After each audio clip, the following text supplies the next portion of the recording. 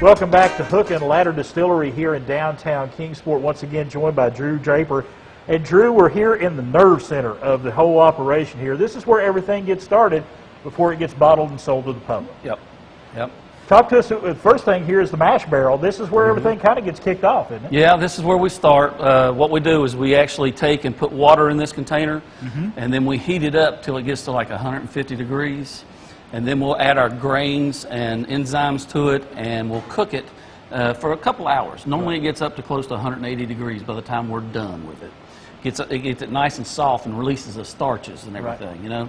And then we'll take that and we'll pull it from the mash tun there, and we will put it in barrels back here. Right. And we'll add our sugars and our yeast to it, and it'll ferment on the grain for at least a week.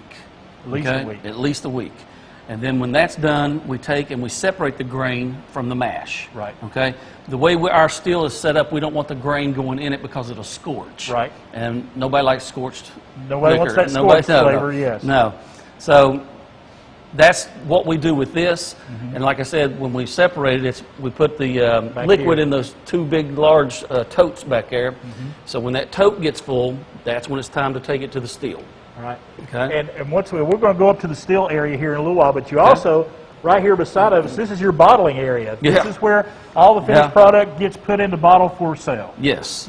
We got a little bottler there that we bought out of California. It's actually a wine bottler. Right. And it works well with our moonshine. It's done on a timer. We have to be very critical of, if we say it's 750 milliliters, it better be 750 milliliters. Yes. Right. And if it's 80 proof, it better be 80 proof. And we're going to walk on forward here, but you got some aging barrels here up here on a rack. Yep. And I'm going to stop right here because you actually have some of your spiced rum in these 5-gallon barrels right here, actually going through that spicing process. Yes. We actually use the true spices. We don't use extracts. We sit back here and peel orange peels and put them in there. We got cloves, we've got vanilla beans, cinnamon sticks, peppercorn, Jamaican allspice. There's like 9 different spices in there. Right. And we let it sit on the rum itself for a couple months. So these are going to go months in these barrels and getting that spice infused all the way through them. Yes. Yeah. And I'm going to show you here, folks, if Seth could get down here real quick, you can actually see the cloves and the spice pod and the pepper pods and all of those orange peels right here inside of that. You know that is. He gave me a little sample. I'm not going to lie. He gave me and Seth a little taste of this just a moment ago, and it actually tastes like Christmas. I mean, it really. You get all that orange, you get that clove, you get all of that great stuff in there, and it really it goes all the way through your taste palate. Yes. We used it this year with our eggnog, and it was phenomenal. With all those extra spices. Oh, man. So you got the spiced rum, you got the aging barrels up here on this rack here. Yes, that's our private reserve whiskey that we make. Right.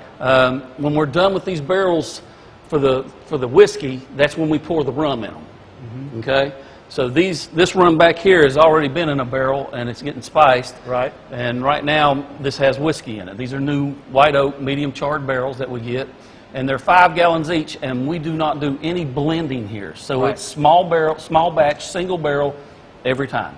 And how long will they stay in the barrel to age? They will stay, a 5-gallon barrel, we let it stay in there for at least 7 months, sometimes 8, just depending upon how it's doing. All right.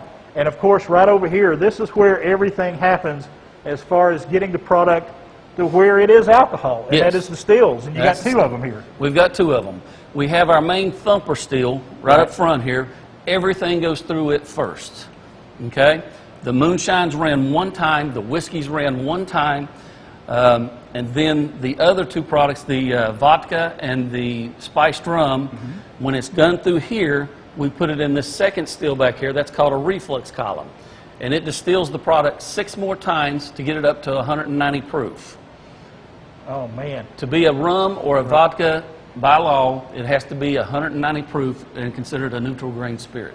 And I think a lot of folks have seen moonshining on TV, and so they kind of see everything that goes on here, and right down here is where the finished product comes out. Yes, we catch it in 5-gallon buckets. Yeah.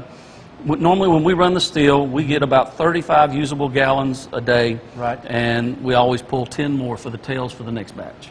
And you all use the best ingredients you can possibly lay your hands on to get the best finished product. Absolutely. Yeah.